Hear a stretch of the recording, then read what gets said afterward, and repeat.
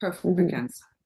And so we do Thank have you. to read, and we do have to consult resources and reliable experts in order to develop ourselves. And it's important to have personal development to grow as a leader. You can't have growth without that.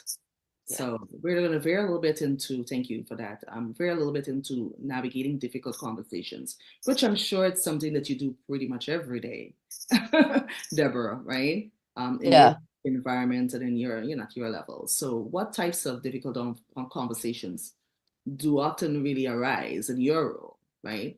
As an exec for your company? Yeah. Please, So rather. difficult conversations come, and I don't know where other leaders sit. There's some difficult conversations that are easier than others based on your, I think, level of fear of confrontation or collaboration. And so we do everything we can. I do everything we can to circle it as a business, to circle, like I have a staff meeting. I ask who wants to take the floor first. I don't lead. I used to have a staff of 18, and we sat in circles before, Simon was on YouTube saying, you should sit in circles. You know what I mean? So I've always had a circular, no one has hierarchy in our company. No one. I call my executive assistant the CEO. She's the chief everything officer. I'm not attached to the label.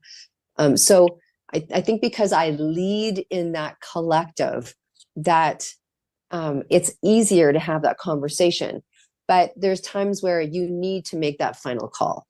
A lot of times my team knows I'm a very picky, creative person. How a flyer goes out, what the color goes out, what it looks like with the graphic, that's me. That might, they know what I'm like. It might be your annoyance, but that's super important to me. I'm a creative. That matters. Branding, I've CMO'd all my companies, right? I have a CMO, but those things are really important. So the things that are really important to me are really important to me. When I have to talk to someone or there's something, I always lean second. So I lean in first and I ask inquiring questions like, oh, that was interesting. Did we decide to go with red for that? Was there something did I miss something?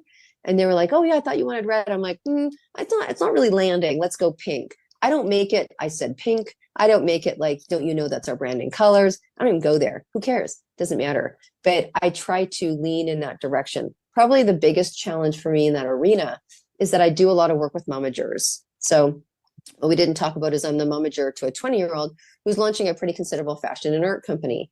And I get to coach other momagers and other dadagers in the dance between conversing as a parent and conversing as a business advisor or a supporter. Yeah. Woohoo! Delicate. That's a whole different glass of wine. You know what I mean? It's a whole different glass of wine. And you have to have kind skills that might lean in a little bit of what might be not manipulative, but very highly exploratory.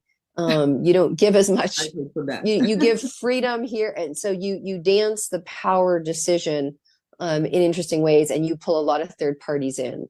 But I would say that because I have the philosophy that even if I give my staff the permission to make decisions and I give them that liberation and they make the wrong decision, who's at fault? I am. I gave them the leeway, see what it looks like, come back to me. Now, if they took liberty in a project and we didn't have that conversation, then I'm like, I'm not sure where that came from. You know what I mean? And then I'm like, yeah, no, it needs to go back. And because we have a respect relationship, they know that, when it comes to things, and they also know my mission. Like if your mission is clear, people won't confront you as much. If they know that your mission is for the higher good, they know that you are, whatever it is, servant leading or leading to the mission of the company. You might be middle management, you might be the only management. And also when you're dealing with contractors, it's important to get your contractors on board with your mission. My CEO is a contract, my CFO is a contract, my marketing thing, they're all contract. So they bill me and I pay them, but they know the mission. They know why we're doing what we're doing. I look for a buy-in. I don't want to deal with people that don't buy into our mission. There's lots of people to choose from. So that helps as well. Wow.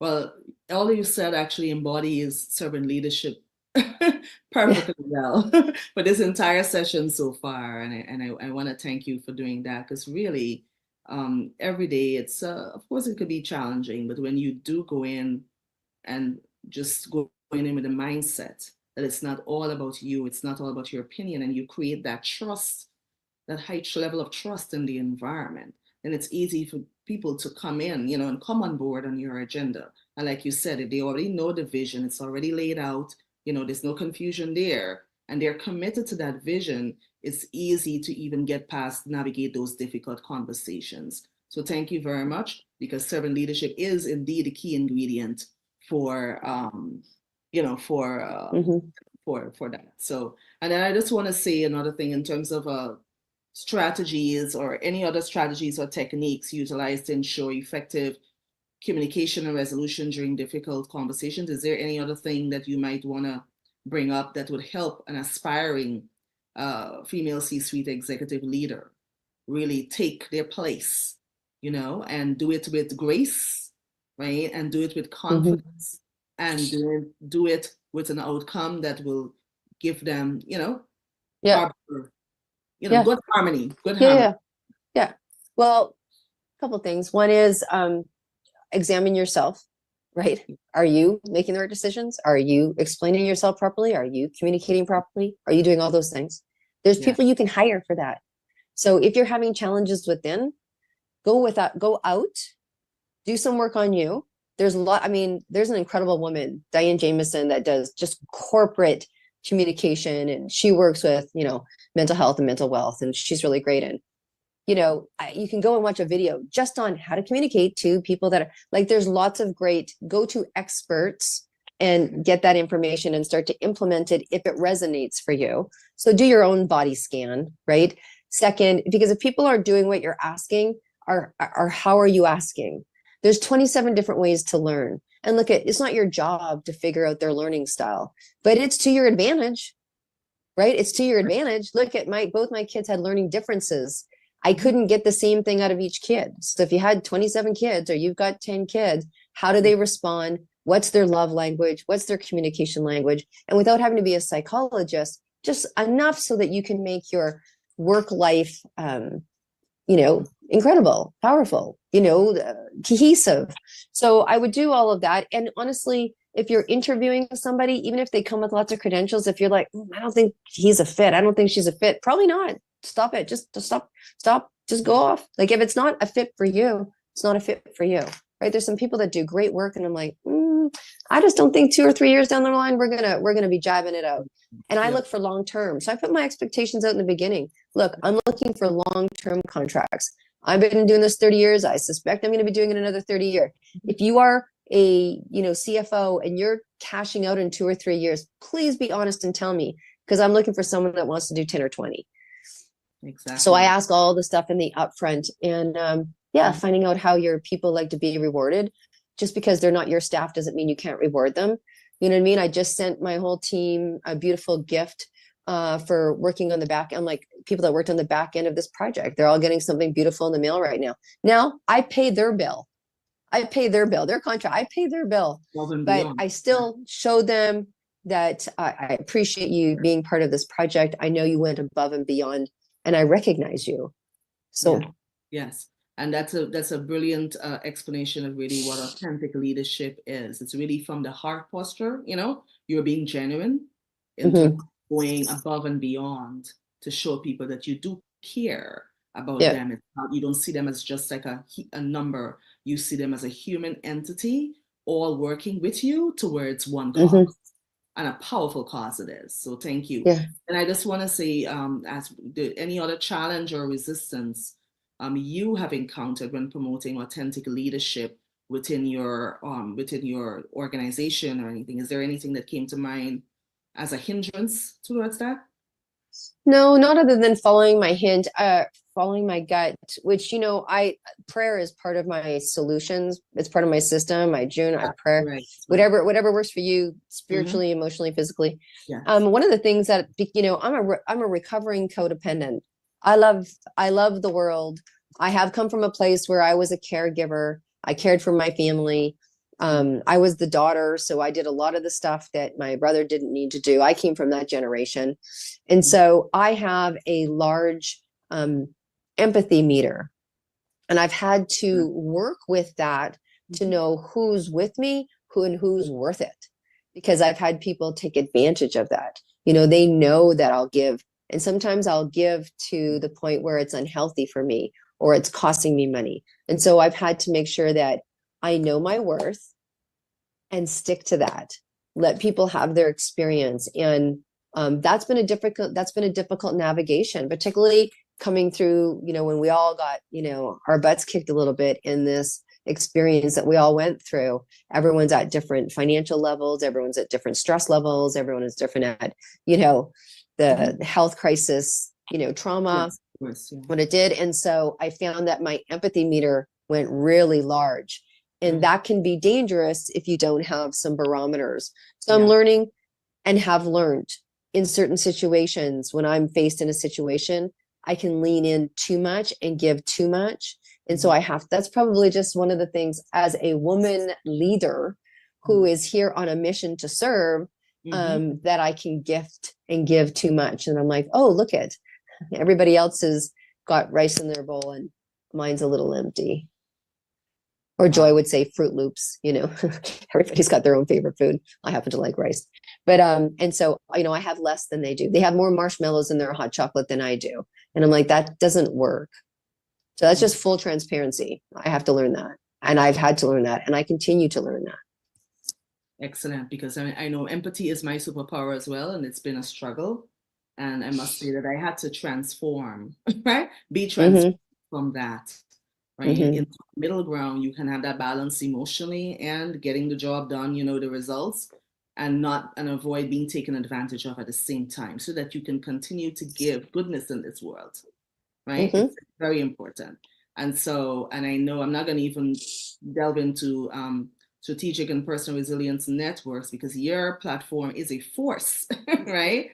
In terms of connecting people and helping and empowering women professionals. I'm a beneficiary of that, right?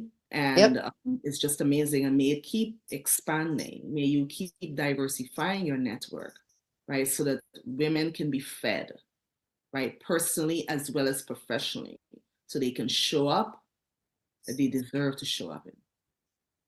Right? Well, that's that's the name of it, isn't it? It's, show up, stand up, and speak up. Yes, you. I mean, that's the whole summit series, which was going to wrap May 11th, and it will be incredible. I mean, Saskia, we have 25 speakers, we have 6 celebrities closing us out, but then the movement was not my decision. I mean, I had the final say, but everyone was like, we want to keep this going.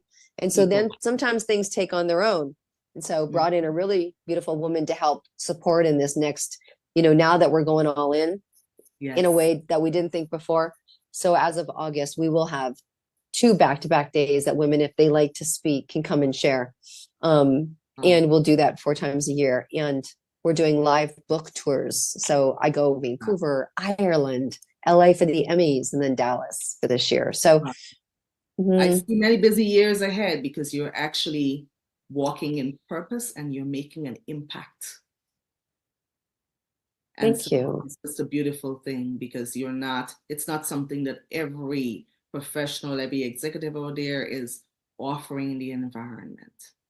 And you're offering us women really a sanctuary, right? A discovery, self-discovery pathway, right? Healing pathway, empowering pathway. And that's something with significant ROI. I don't think we really can put that on paper. So it will keep giving, it will keep going, it'll keep going, and may continue to fuel itself. And because that's what we need in this world. We need to have compassionate leaders like yourself. Leaders don't necessarily come off with the boring touch, but leaders who really can just invigorate a crowd, right? And get a movement out there for the greater good. Yeah.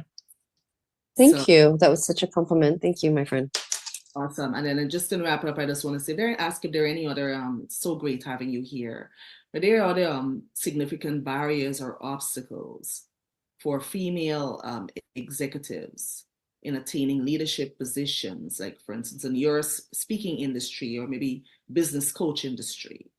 Could you name a few of those barriers?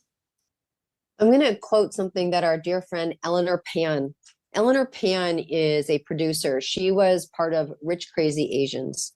She was one of our celebrity speakers. Yes, I remember. And sometimes I think we're stuck in our generation, and I'm not saying it's not there. Look at, if I see one more application that asks me if I'm a MS, MISS, MRS, that asks me my marital status, and the only choice they have for men is Mr., I'm going to go and ask for the manager of that location, and I'm going to rip it up in front of them. That kind of stuff, to this day, I'm not saying we're equal by any sense yet. There's two philosophies I have around that. The event that we do, right, is the Stand Up, Speak Up, and Show Up Yes You Summits. It is open to women and those that support women, so that the other side can see that exclusivity doesn't work, inclusivity and having it come together. That's one side of it. But right. Eleanor Pan said something really amazing. Now, I am not, Eleanor's in her 30s. My daughter's in her 30s. Sometimes I think when we walk into a boardroom, when we walk into negotiation, when we walk in, we carry the lineage of the garbage of inequality. Leave it at the door. She walks in the room and does not expect it, prepare for it. She says it doesn't exist. It doesn't exist. And therefore, when she walks in a room, it doesn't exist. And it sounds maybe, I don't know, to some people, but and you can walk in a room and you can see it. They can say something there. But if for you, your mindset is it doesn't exist, you'll walk in differently. You'll have different vibrational expectations, that if someone does something derogatory, you're probably not even going to see it or sense it, and it will bounce off you. It won't play a part. So walking in ownership, walking in without your inequality lineage is so important. And I am, and we all are, imprinted with the inequality of our time, of our culture, of our experience, which is why I so love, sorry, low battery. I so love when there's a project like ours that's only based on solidarity, because many of us are playing this game solo. You're not walking in with 45 people behind you, but you could energetically. And if you look at Think and Grow Rich by Napoleon Hill, when he talks about creating a circle, he's like, these people don't even have to be alive. You could have a inner circle of people. You can pull in the experience of Ford. You can pull in the experience. And I would say the same thing. So don't expect it to be exactly. So she walks in now, she's 30 years old. She's like, okay, let's do this. She's like, let's do this. She doesn't expect otherwise. And so if it is there, it's not there for her. So hopefully that helps.